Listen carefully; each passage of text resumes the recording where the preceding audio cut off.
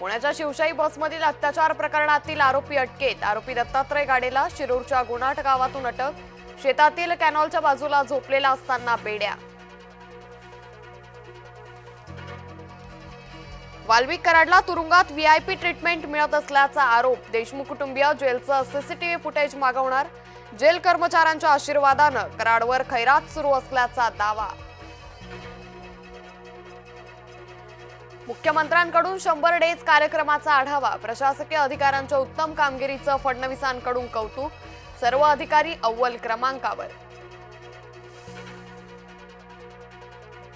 अमेरिकेत मृत्यूशी झुंज देणाऱ्या नीलम शिंदेंच्या कुटुंबियांना मोठा दिलासा. मुख्यमंत्री कार्यालयाच्या पाठपुराव्यामुळे कुटुंबियांना अमेरिकेचा व्हिसा. जय महाराष्ट्रच्या बातमीनंतर मोठं यश. छत्रपती संभाजीनगरमध्ये 12वीच्या बोर्डाच्या परीक्षेत कॉपी सुरूच. एकाच हॉलमध्ये 124 विद्यार्थ्यांची सामूहिक कॉपी. राजर्षी शाहू महाराज माध्यमिक विद्यालयात धक्कादायक प्रकार. साईंच्या तिजोरीत 20 कोटींची भर पडणार. साई संस्थानला परकीय चलन स्वीकारण्याची परवानगी. गोठलेलं परकीय चलन चलनात येण्याचा मार्ग मोकळा.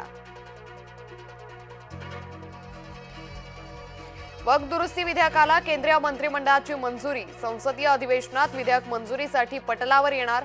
देशातील जवळपास 9 लाख एकरहून अधिक जमीन वक्फच्या मालकीची.